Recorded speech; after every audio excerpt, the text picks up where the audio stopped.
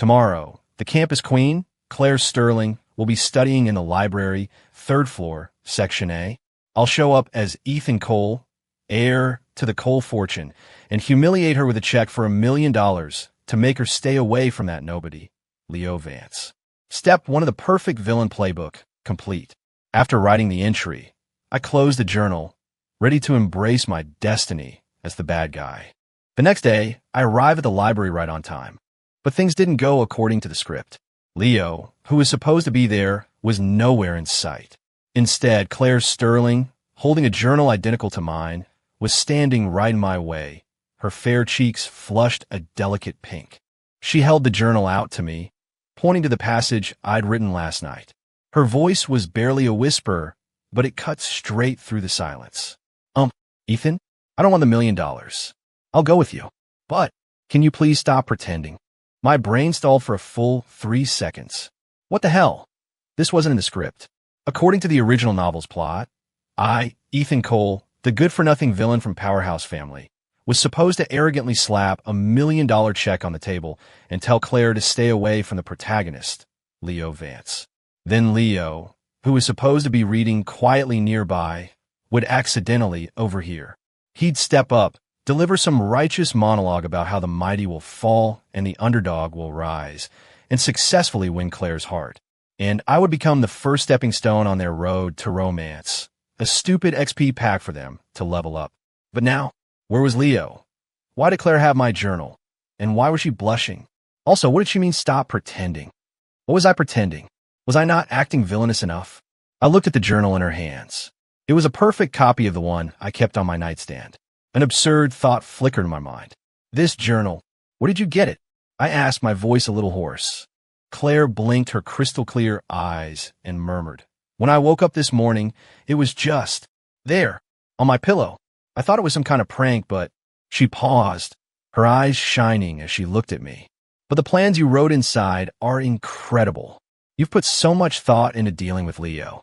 You're not as simple as you seem, are you?" I was speechless. Incredible. My villainous plans, so juvenile they made my toes curl with secondhand embarrassment, she called incredible. Throwing money at people, hiring thugs to corner someone in an alley, using corporate pressure. Wasn't that the standard issue villain starter pack? I said nothing. My entire worldview was starting to crumble. I'm a transmigrator. I was dropped into this power fantasy novel I'd read, reborn as the cannon fodder villain who share my name. To survive, I had to diligently play my part every day, while secretly writing my real thoughts and plans in a journal, hoping to find a loophole in the plot that would let me live to see the final chapter. But now, the heroine had apparently read my journal, and she seemed to have gotten the wrong idea. "Ethan Cole, what are you doing here? Get away from Claire." Just as my brain was short-circuiting, a self-righteous roar came from nearby. Speak of the devil. The protagonist, Leo Vance, had finally logged on. He was wearing a cheap tracksuit, but his eyes were sharp as a hawk's, locked on me as if I were his fated nemesis. According to the script, this was my cue to sneer and deliver a classic line like, "Well, look what the cat dragged in," just to max out his rage meter. But before I could open my mouth, Claire frowned. She turned, stepping in front of me to face Leo, her tone laced with an undisguised frostiness. "Leo, you need to show some respect. Ethan and I are just discussing something." Leo froze. The look on his face screamed, "This is wrong. Aren't you supposed to look at me with tears in your eyes so I can puff out my chest and protect you? Discussing something?"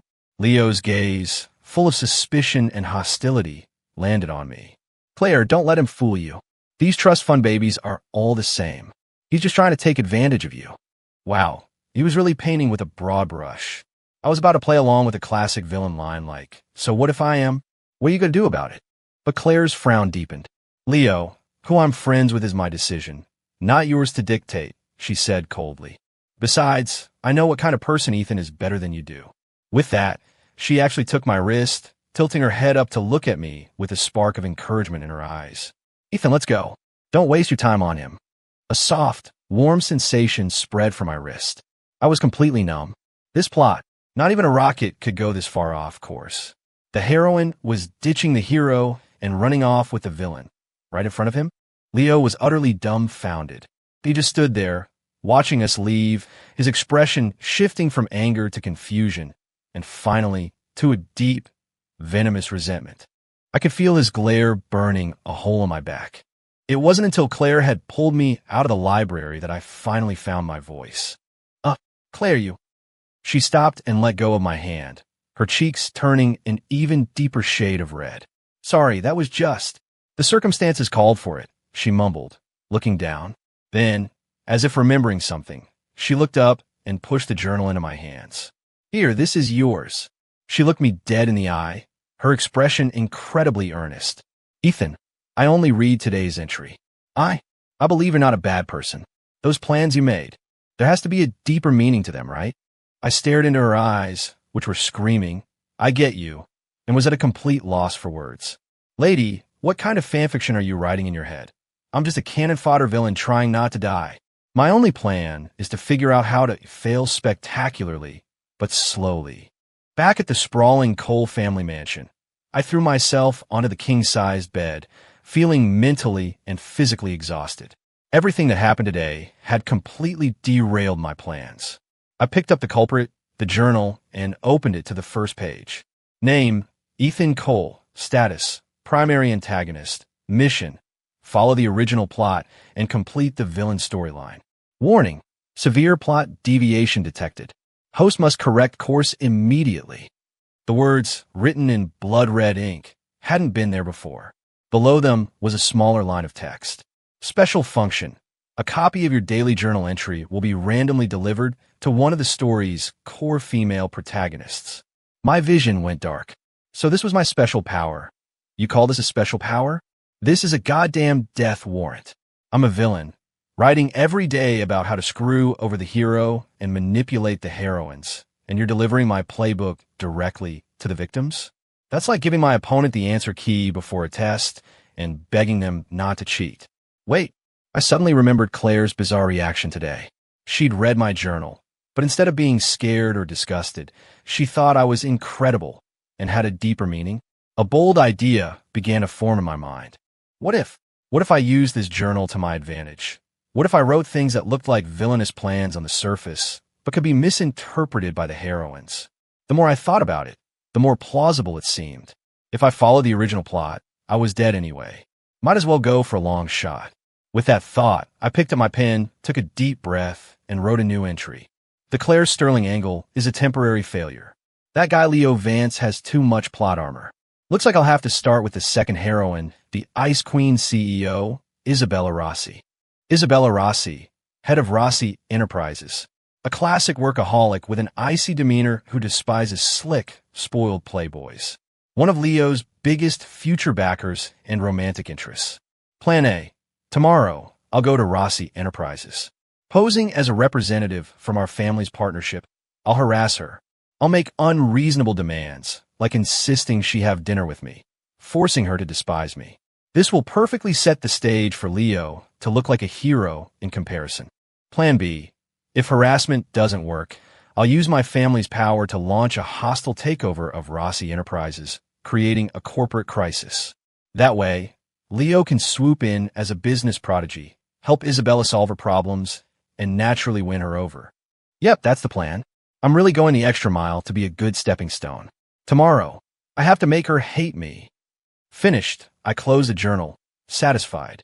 Let's see what kind of surprise Isabella Rossi has in store for me tomorrow. The next day, I put on a flashy Armani suit, slicked my hair back until it shone, and donned a pair of gold-rimmed glasses. I practiced my most lecherous, punchable smile in the mirror. Yep, the villain vibe was on point.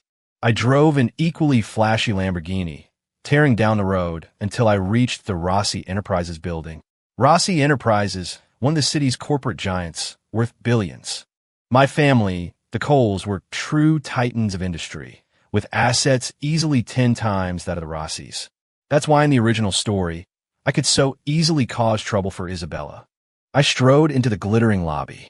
The receptionist saw me and immediately put on her professional smile. Good morning, sir. How may I help you?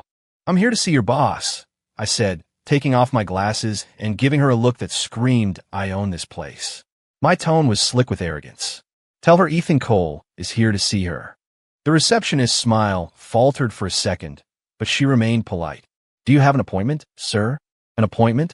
I scoffed. Since when does Ethan Cole need an appointment? The pure, unadulterated arrogance was textbook perfect. Just as I was about to give the receptionist a harder time, to really lean into the obnoxious villain persona, a cool voice came from behind me. Let him come up. I turned to see a stunning woman in a black power suit, her aura radiating cold authority. She was standing by the private elevator. She was tall and statuesque, with a flawless face devoid of expression and eyes so sharp they could pierce through steel. It was the CEO of Rossi Enterprises, Isabella Rossi herself. Why did she come down personally? Could it be? An ominous feeling crept into my heart. Isabella didn't give me a second glance. She just gave an order to her assistant and stepped into the elevator. The assistant hurried over to me and made a polite gesture. Mr. Cole, Ms. Rossi is waiting for you in her office on the top floor. Suppressing my unease, I followed the assistant into the elevator. The ride-up was silent. When we reached the penthouse office, the assistant opened the door for me and discreetly excused herself. The office was massive, decorated in a minimalist but luxurious style. Through the floor-to-ceiling windows, the entire city skyline glittered. Isabella stood before the windows, her back to me, a perfect solitary silhouette. You certainly know how to make a man wait, Miss Rossi. I began, sticking to the script with a mocking tone. Isabella slowly turned around. In her hand, she was holding a journal identical to mine. She looked at me, her expression a complex mix of scrutiny, curiosity, and, was that a hint of approval? Mr. Cole, she began, her voice still cool, but lacking the legendary frostiness. I've seen your plan. My heart skipped a beat. Here we go again. What plan? I have no idea what you're talking about, I said, playing dumb. A barely perceptible smile touched Isabella's lips. For a fleeting moment, it was a sight that could melt glaciers. You could drop the act. That line again. Did all you heroines get together and rehearse your lines? Isabella placed the journal on her desk and walked toward me. The click-clack of her heels on a marble floor seemed to sync with my pounding heart. She stopped right in front of me, her subtle perfume filling the air. She was taller than I'd expected, nearly eye level with me in her heels. Her powerful presence was almost overwhelming. I thought she would say something like Claire, about believing I had some deeper meaning. But I had severely underestimated this CEO's thought process. She reached out a slender hand, tilted my chin up, and her eyes burned with an aggressive fire. You want to harass me? Make me have dinner with you. Her voice was laced with a playful danger. I froze. This isn't right. Wasn't I supposed to be the one pinning her against the wall? Why is it the other way around? You want to launch a hostile takeover of my company? Her fingers traced my jawline, sending a shiver down my spine. Ethan Cole, how did I never notice how interesting you are? She leaned in closer, her warm breath on my face. Your plan is quite creative, especially the part about using a corporate crisis to lure Leo out, only to crush him in one fell swoop. It's a masterful strategy. Lady, where in my plan did you see anything about luring him out to crush him? I clearly wrote set the stage for him. I was gift-wrapping a victory for him. However, Isabella's tone shifted, her gaze sharpening. There is one fatal flaw in your plan. What? I asked instinctively. You underestimate me. She released my chin, walked back to her desk, and sat down, elegantly crossing her legs. A nobody like Leo Vance isn't worthy of being my opponent. But you... She looked at me, her eyes blazing. You are. So, she picked up a folder and tossed it onto the desk in front of me. I've decided to give you an opportunity, a real opportunity, to acquire Rossi Enterprises. I looked down, and blazoned across the top of the document were 3 words: stock transfer agreement. I held the agreement, feeling its weight in my hands like a block of lead. Ms. Rossi, what is this? I managed to ask. It's simple, Isabella said, steepling her fingers under her chin, the picture of a master strategist. I read your journal. You're making a tactical retreat, using seemingly foolish plans to lull your enemies into a false sense of security. In reality, you want to use the pressure on Rossi Enterprises as a pretext to merge the Cole and Rossi resources, setting the stage for a much larger play, aimed directly at our common enemy, Leo Vance. I opened my mouth, but no words came out. Tactical retreat, my ass. Merge resources, my ass. Common enemy, my ass. Lady, did you max out your speculation skill tree? You should start your own publishing house. Your vision is far-sighted. I admire that, Isabella continued, her tone leaving no room for argument. Instead of you wasting time on the charade, let's just be direct. Sign this agreement. As of today, you will be the second largest shareholder in Rossi Enterprises. We will join forces and eradicate Leo Vance and whatever shady network is backing him. Her eyes glittered with a light of pure ambition. I finally understood. Claire was the romantic who imagined me as a misunderstood, devoted protector, and Isabella was the pragmatist who imagined me as a deep, calculating corporate predator.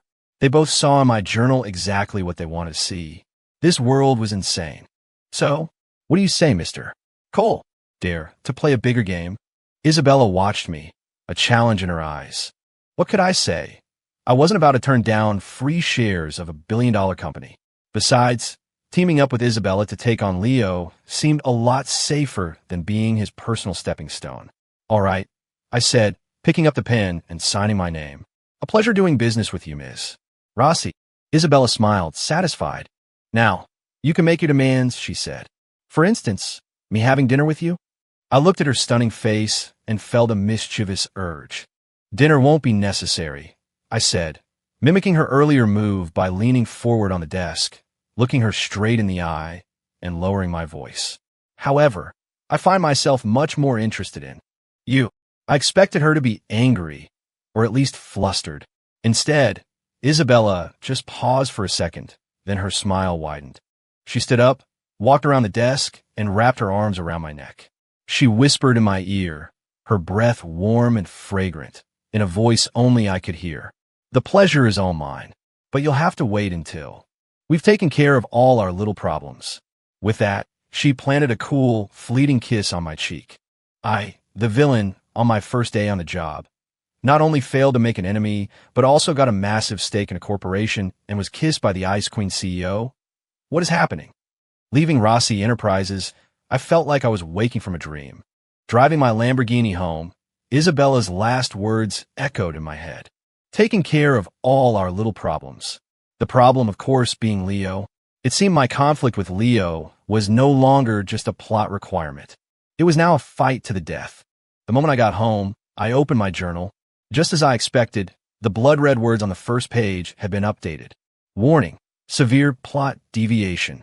Heroine Isabella Rossi's character profile corrupted. Host must correct course immediately. Suggested correction: immediately sell all shares of Rossi Enterprises, publicly humiliate Isabella Rossi, and sever all ties. I sneered at the suggested correction. You want me to spit out the prize I just won? And you want me to piss off a powerful CEO who now considers me her ally? You must be joking. I picked up my pen and wrote down the day's summary and tomorrow's plan. The Isabella front is proceeding better than I could have ever imagined. She seems to have misunderstood something, but I can use that. With her as an ally, my chances of survival have gone up. Next up, the third heroine, the fiery detective, Maya Torres. Maya Torres, a detective in the Metro PD's Major Crimes Division, skilled in combat, with a burning hatred for injustice. She is Leo's greatest asset on the side of the law. Dealing with her won't work with money or romance. I have to use the one thing she cares about most: justice. The plan: a gang of smugglers has been using the abandoned warehouse down by the South Docks. The police don't know about it yet. Tomorrow, I'll make an anonymous tip, but I'll only report that Leo Vance was seen there. When Maya and her team arrive, they'll catch Leo making contact with the criminals. Even if it doesn't lead to an arrest, it will plant a seed of doubt in Maya's mind and leave a terrible first impression. Perfect. I'm a genius. After writing, I let out a long breath. This plan was foolproof. I wasn't directly involved and left no evidence. By simply exploiting an information gap, I could create a huge rift between the hero and a key heroine. This time, nothing could possibly go wrong, right? The next day, however, while I was still asleep, a series of frantic rings from my doorbell woke me up. I groggily opened the door. Standing on my porch was a woman in a tight leather jacket that did nothing to hide a killer figure. She was fierce and beautiful, her sharp eyes scanning me up and down. It was Maya Torres. "You Ethan Cole?" she asked, her voice crisp with authority. "I am. Can I help you?" I said, feigning composure. "Metro PD, Detective Torres." She flashed her badge. "We received a tip that you may be connected to the smuggling operation at the South Docks warehouse. I need you to come with us for questioning." Then, with a metallic click, she produced a pair of handcuffs. I was floored. I reported Leo. How did they trace it back to me? Wait. My eyes fell on the radio clipped to her belt. Dangling from the strap was a familiar keychain. It was a small, pink, fluffy bunny. I remember it clearly. Claire Sterling had the exact same one on her backpack. I was taken downtown, sitting in a cold interrogation room, watching Maya across from me with her legs crossed and an expression that said, "I've already figured you out." I felt nothing but a strange urge to laugh. No need to even ask. She'd read my journal, too. And just like Claire and Isabella, she had constructed a completely different persona for me in her head. "Talk," Maya said, tapping her pen on the table. "What's your real identity? And why use such a roundabout way to feed the police a lead?" I sighed. "Detective, I don't know what you're talking about. I'm just an ordinary, law-abiding businessman." "Businessman?" Maya scoffed. She pulled a sheet of paper from a folder and slapped it on the table. Printed on it was the content of my journal entry from last night. "An ordinary businessman knows about police deployments in advance, can predict the exact time and location of a smuggling deal." She leaned forward, her eyes locked on me. "An ordinary businessman would set up such an elaborate trap to lure our target, Leo Vance, into the open." I was silent. Great. This one was even more creative. She thought I was some kind of deep cover agent, a secret informant, or maybe a mysterious vigilante. "Ethan," Maya's tone suddenly softened. "I know you must have your reasons. Your identity probably has to remain a secret. I promise you, our conversation today will not leave this room." She paused, her expression becoming incredibly sincere. "I just want to know, are you one of us?" I knew what she was referring to. In the original novel, Maya's unit not only handled regular cases, but also dealt with special incidents beyond normal understanding. Leo had solved these incidents to get closer to Maya and eventually win her over.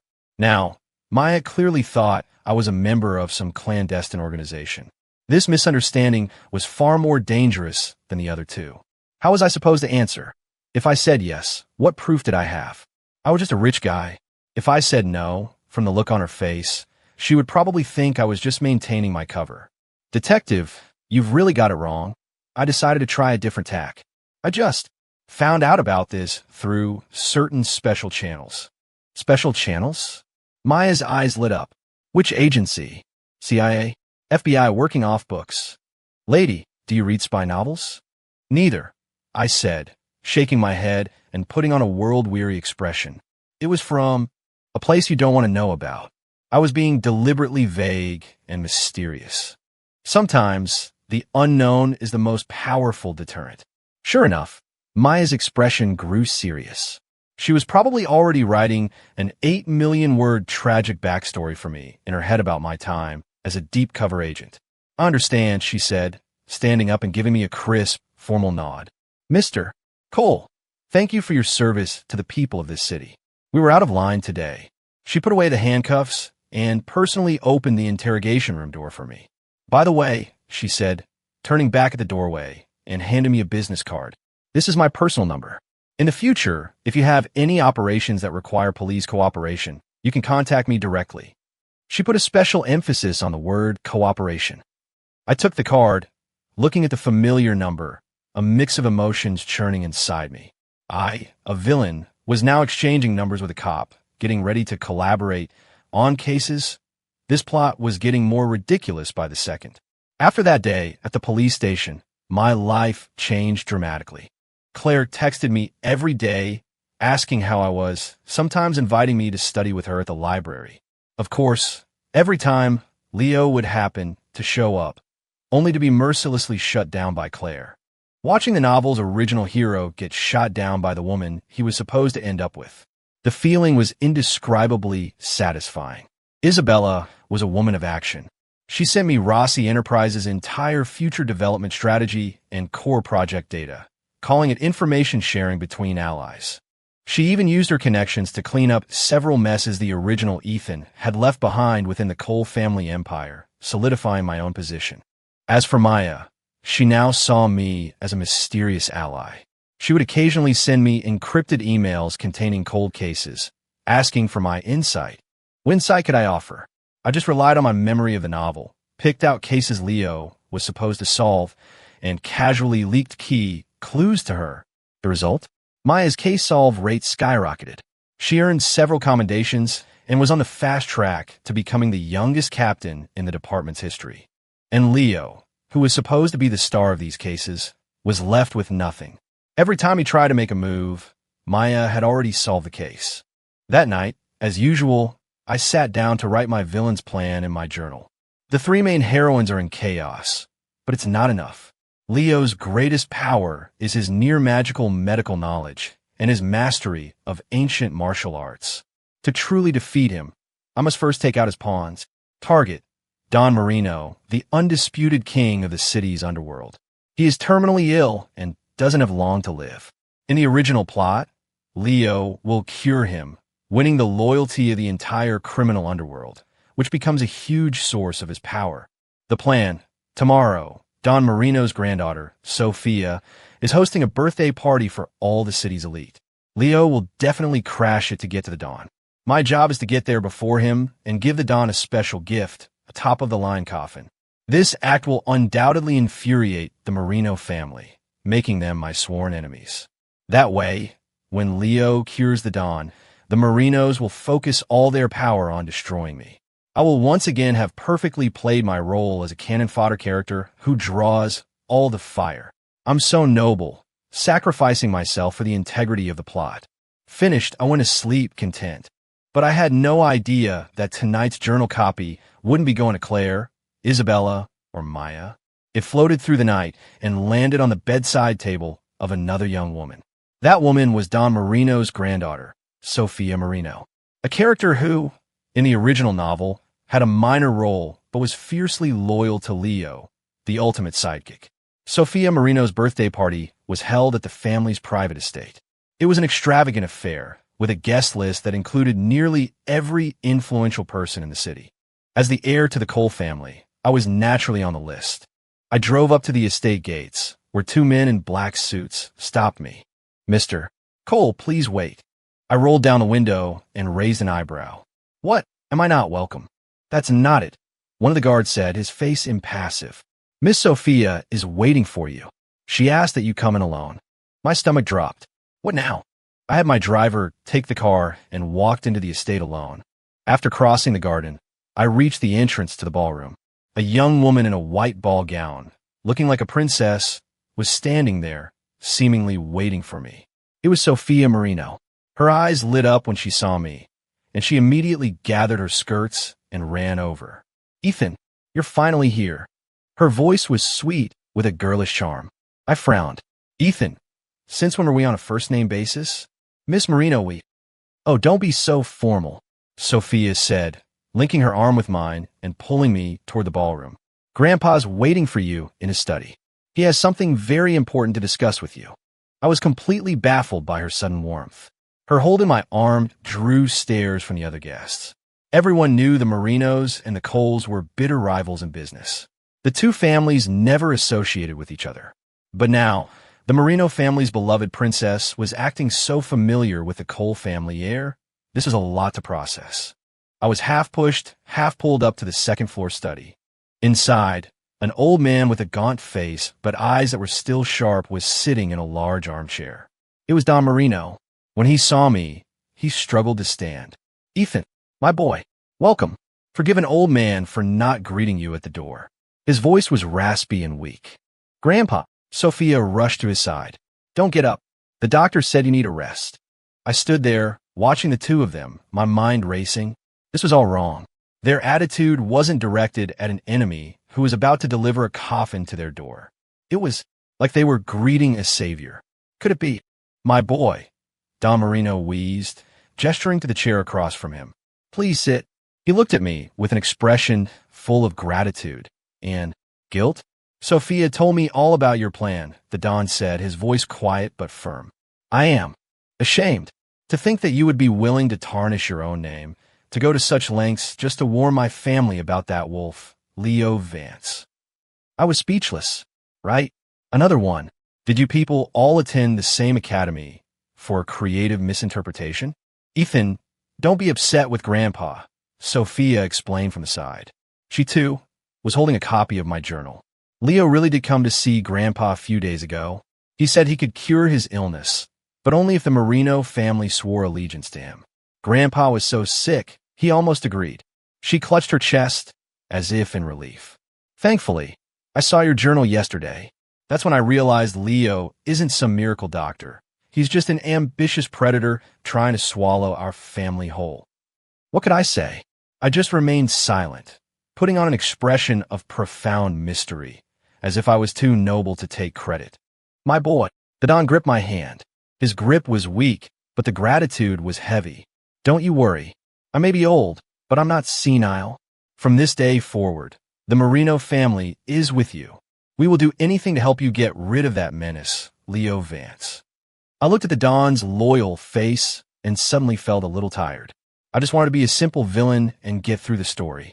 How did I end up becoming the leader of the righteous, about to lead a crusade against a supposed hero? Did someone mix up the scripts? Just then, there was a knock on the study door. A guard came in and spoke in a low voice. Sir, Miss Sophia, Leo Vance is here. He says he's come to treat you, sir. Don Marino and Sophia exchanged a look, their eyes instantly turning to ice. Perfect timing, the Don sneered. Let's see what kind of tricks this little bastard has up his sleeve. He looked at me and asked, Ethan, what do you think we should do? What could I do? I was hoping to watch you two fight it out, and now you want me to be your general. Watch and wait, I said. Excellent. The Don slapped the armrest of his chair. We'll do as you say. And so, a scene that was supposed to be a classic moment of the hero showing off and gaining new allies took a sharp turn under the guidance of me, the villain. In the ballroom, Leo Vance was surrounded by a crowd of admirers. He had changed into a decent suit for the occasion and wore a confident smile, looking every bit the part of a protagonist. When he saw Sophia on my arm as we descended the staircase with Don Marino, his face fell. The moment he saw me, the jealousy and hatred in his eyes were almost tangible. You tricked Claire, you fooled Ms. Rossi, and now you're trying to sink your claws into the Marino family. Leo's voice was loud enough for everyone nearby to hear. He was trying to expose me in public. Ethan Cole, a parasite like you who lives off his family's money. What right do you have to be here? What right do you have to stand next to Sophia? The guests began to whisper among themselves. Before I could say anything, Sophia exploded. Leo, what nonsense are you spouting? She was like an angry kitten pointing a finger at his nose. I know what kind of man Ethan is. You have no right to slander him. Leo was stunned. He never expected the sweet, gentle Sophia to publicly attack him for my sake. Sophia, you shut up. Don Marino stepped forward, leaning on his cane, and shouted, My family's affairs are none of your business. Leo's face went pale, then red. He took a deep breath, seemingly remembering his main objective. Don Marino, my apologies, I misspoke, he said, lowering his tone. Your health is what's important. I came today specifically to treat your illness. He took an old wooden box from his pocket and opened it to reveal a pill that emitted a fragrant, medicinal aroma. This is a life-extending pill, a secret remedy from my master. Take this, and within 3 days, you'll be fully cured. The crowd gasped. Don Marino's illness had stumped the best doctors in the country. He had been told he had less than 3 months to live. And this young man was making such a bold claim? If this had been yesterday, the Don might have believed him. But now, Don Marino looked at the pill and sneered. I appreciate the thought, but my illness is already being taken care of by Ethan. Your help won't be necessary. Leo looked as if he'd been struck by lightning. What? Him? He pointed at me, his face a mask of disbelief. Don Marino, don't let him fool you. He's just a spoiled brat. What does he know about medicine? He's trying to kill you. Insolence, the Don roared. You are in no position to judge Ethan's abilities. Guards, Two guards immediately moved forward and grabbed Leo by the arms. Throw him out. The Marino family does not welcome such deceitful people. Leo was completely lost. He couldn't understand why, overnight, everything had spiraled out of his control. Why was the Marino family, who should have been grateful to him, treating him like an enemy? Why were all the women who were supposed to be his flocking to that useless waste of space, Ethan Cole? You'll regret this. All of you will regret this. As he was dragged out, Leo's desperate screams echoed through the hall. I watched his pathetic retreat without a flicker of emotion. It's not my fault, buddy. It's just the way the world works now. After Leo was thrown out, the party's atmosphere became a bit strange. Don Marino publicly announced that the Marino and Cole families were entering into a strategic alliance. The news was a bombshell that sent shockwaves through the city's high society. After the party, Don Marino asked to speak with me privately. Ethan, I owe you a great debt for today, the Don said gratefully. But this old body of mine, I'm afraid it really doesn't have much time left. That pill of Leo's, even if his intentions were malicious, it might have. I understood what he was saying. He still wanted to live. Don't worry, I said. I can cure you. The Don and Sophia, who was standing nearby, both stared at me. Ethan, you really know medicine? Sophia asked, her eyes wide with hope. I just smiled, neither confirming nor denying. I didn't know a thing about medicine, but I knew someone who did. In the original novel, besides Leo, there was another miracle doctor, a man named Dr. Finch. This Dr. Finch was eccentric and reclusive, impossible for most people to hire. But in the story, he owed the Cole family a life-saving favor, so when the original Ethan found him, he had to help. Of course, the original Ethan hadn't asked him to save a life, but to create a poison to frame Leo, a plan that had backfired spectacularly. Now I could use that favor for something good. I know a reclusive master of medicine. I can ask him to come out of retirement, I told the Don. But he's a bit peculiar. I'll have to go see him in person. That's wonderful. Sophia was so excited she almost jumped for joy. Ethan, I'll go with you. I nodded. Bringing Sophia along would put the Marino family at ease.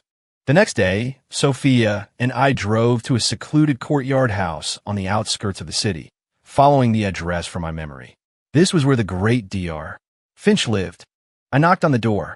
Who is it? A voice, old but still strong, called from inside. Ethan Cole, here to see Dr. Finch. The gate creaked open. An old man in simple clothes with the air of a wise sage emerged. He frowned when he saw me. The Cole boy? What do you want? I'll have you know I don't get involved in anything unethical. It seemed he still remembered the last time the original Ethan had come asking for poison. You misunderstand, Doctor, I said, bowing respectfully. I'm here today to ask you to save a life. I briefly explained Don Marino's situation. Dr. Finch stroked his beard, pondering. Doctor, please save my grandpa. Sophia's eyes welled with tears, and she was about to kneel. I quickly stopped her. Dr. Finch looked at Sophia, then back at me, and his resolve seemed to soften. I can save him, he said, but on one condition. Name it, Doctor. Years ago, your father saved my life. I promised to do 3 things for the Cole family. Your last request for the poison was one. Saving this man will be the second. Dr. Finch looked me in the eye and said, enunciating every word, my condition is this. From now on, you, Ethan Cole, will do nothing immoral or unethical. Otherwise, I will never fulfill the 3rd favor, even if it kills me. A thought struck me. This Dr. Finch was a man of true principle. Done. I agreed without hesitation. I, Ethan Cole, swear that from this day forward, I will walk a straight path. If I break this oath, may lightning strike me down. Dr. Finch nodded, satisfied. Pack your things. Let's go. Dr. Finch's skills were as legendary as the stories claimed. With just a few acupuncture needles and a herbal prescription, Don Marino's complexion visibly improved within 3 days. 2 weeks later, he was walking again, more energetic than he had been even before his illness. The entire Marino family treated me with a reverence usually reserved for saints. I officially took over all the joint ventures between the Cole and Marino families, and my reputation soared.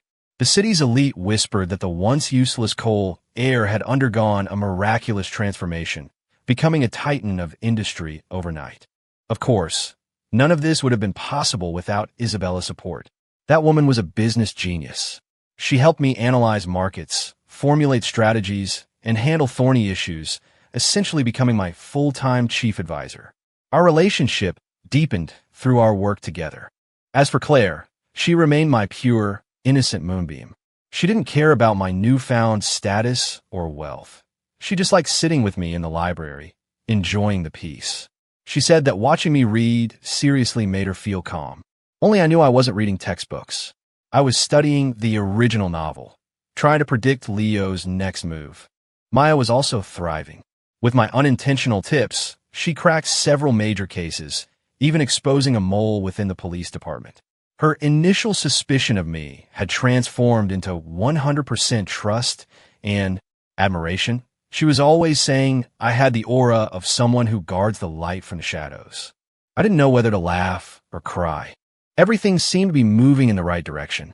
Leo, thwarted at every turn, his plot armor steadily eroding, had devolved from a world-beating protagonist into a pariah. I even started to believe that I might actually be able to change my fate and live a long, peaceful life.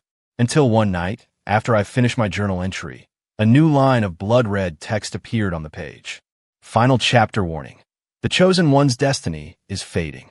The world's timeline is on the verge of collapse. Final mission. 3 days from now, at the Oceaniad auction, obtain the Dragon's Legacy Jade. Completely replace Leo Vance and become this world's new Chosen One. Failure condition. The world will collapse and all characters will be annihilated. I stared at the words, my pupils shrinking. The final chapter was finally here. I immediately picked up my pen and wrote down everything I knew about the Dragon's Legacy Jade. The Oceaniad auction. This is the final, climactic scene of the original novel. The legendary Dragon's Legacy Jade is said to hold the fate of a nation. Whoever possesses it becomes the master of the world. In the original plot, Leo outbids everyone, obtains the jade, and ascends to become the true king of the world.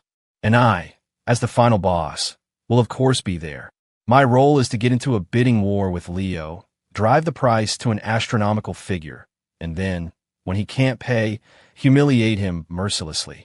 He then produces a mysterious token, summons the auction's owner, and is gifted the jade, delivering the ultimate slap in the face to me. Seriously, I was the ultimate tool. But this time I won't let him succeed. The Dragon's Legacy Jade must be mine. I've already made all the necessary preparations. Financially, I've joined forces with Isabella and Don Marino.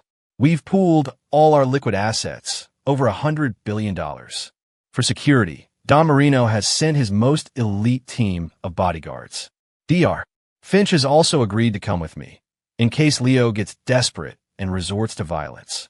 Intel-wise, Maya has already investigated the auction for me. She even used her special clearance to dig up some information on the mysterious host. As for Claire, she is my final ace in the hole.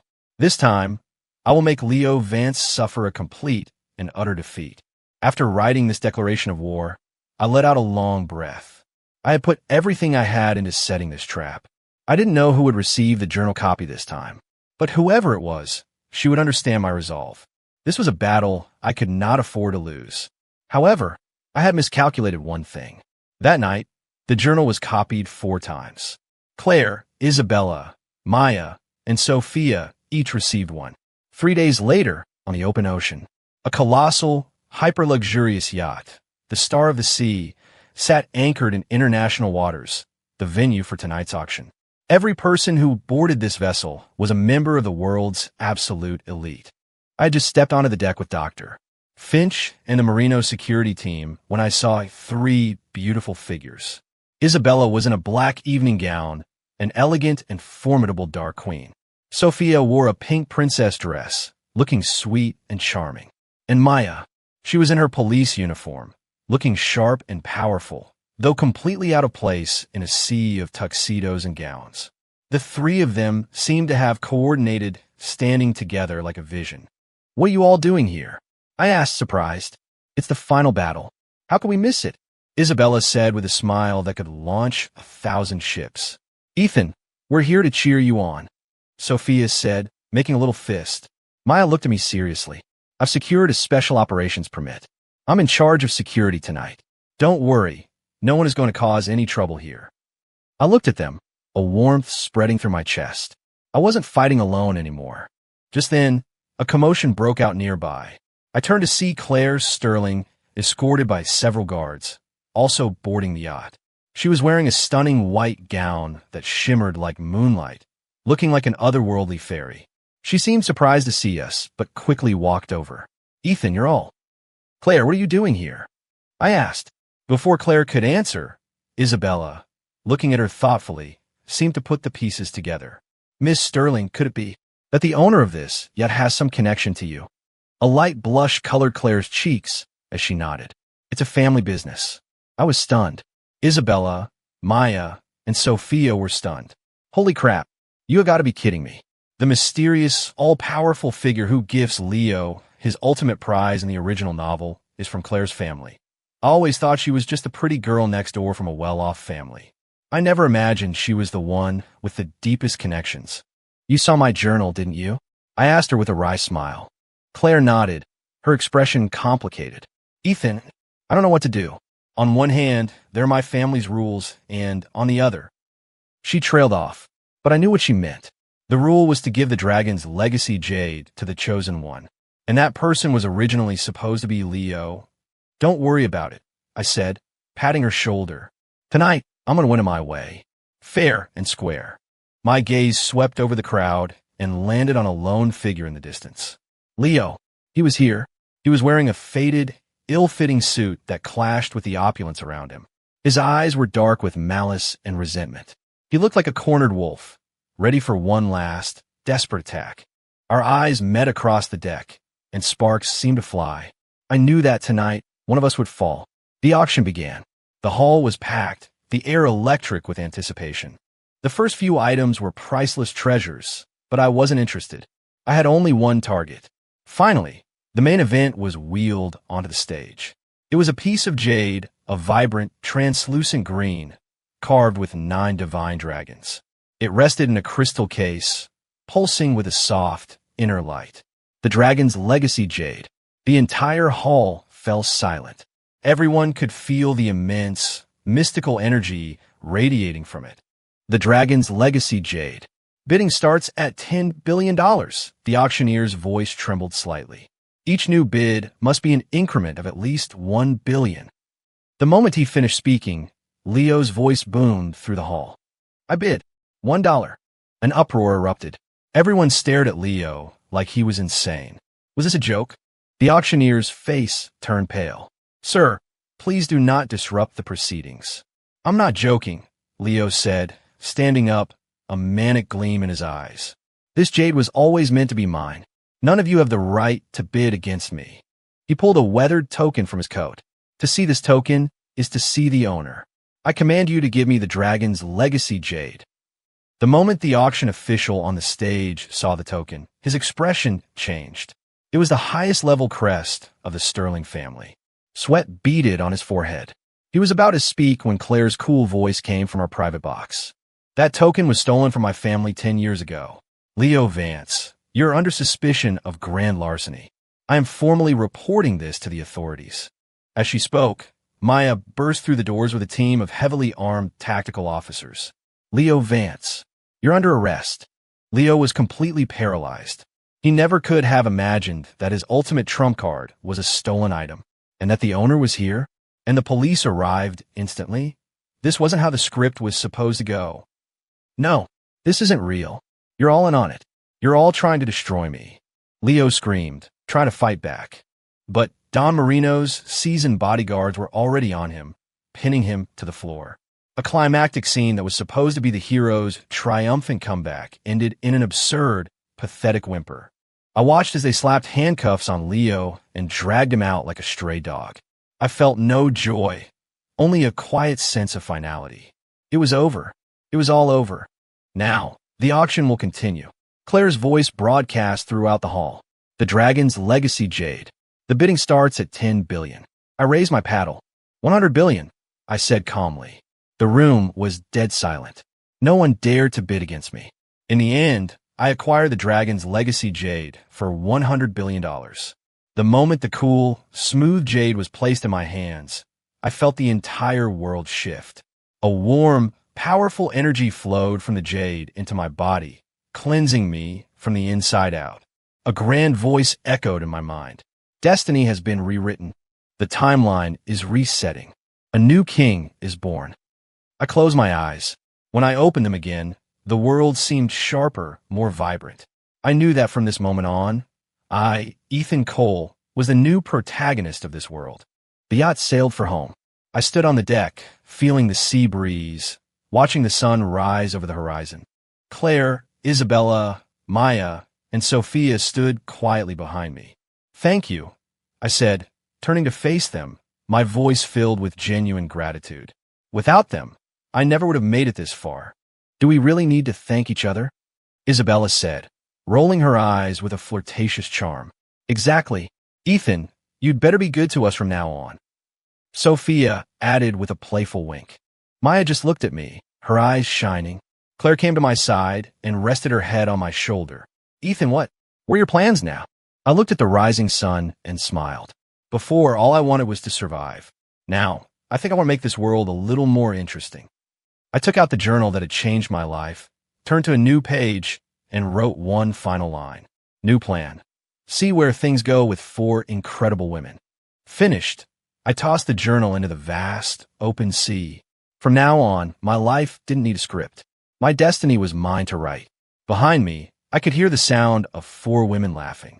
Before me, the world was bathed in golden light. A new life was beginning.